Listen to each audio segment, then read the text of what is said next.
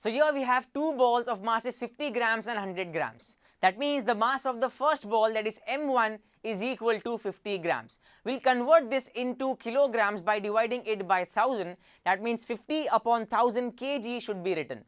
Now the mass of the second ball is given as 100 grams. So we write m2 is equal to 100 grams, which means 100 upon 1000 kilograms. We'll keep as it is so that the numerical becomes much more easier.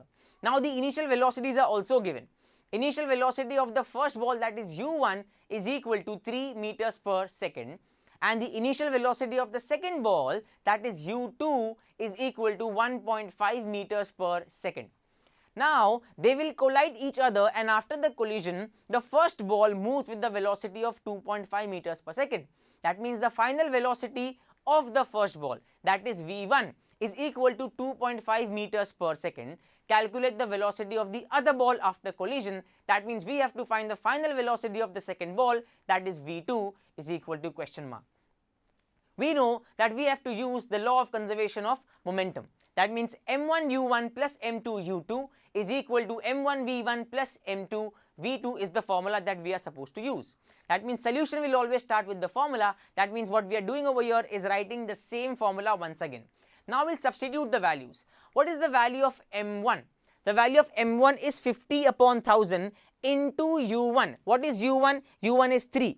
So 50 into 3 becomes 150. So we get 150 upon 1000 plus m2 u2. We have m2 as 100 upon 1000, right, and u2 as 2.5. Now what we have over here is m2 u2. The value of m2 is 100 upon 1000. And u2 is 1.5, right? That means 100 into 1.5 is again 150 upon 1000. Now on the right hand side, what do we have? We have m1 v1. m1 is 50 upon 1000, v1 is 2.5. So 50 into 2.5 is nothing but 125 upon 1000. Now m2 v2.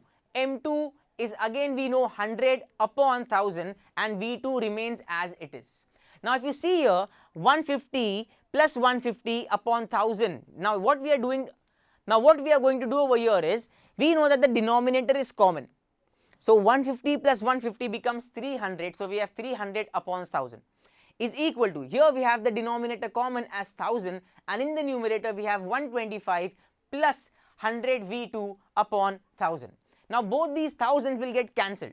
What remains is only the numerator, that is 300 is equal to 125 plus 100 times v2. Now 100 times v2 remains as it is, 125 goes on the other side. So what we are going to write is 100 v2, 300 minus 125 is nothing but 175. So we write 175.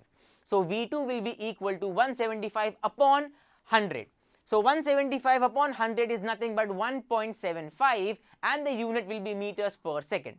So that means the final statement should be, final velocity of the ball after collision is 1.75 meters per second.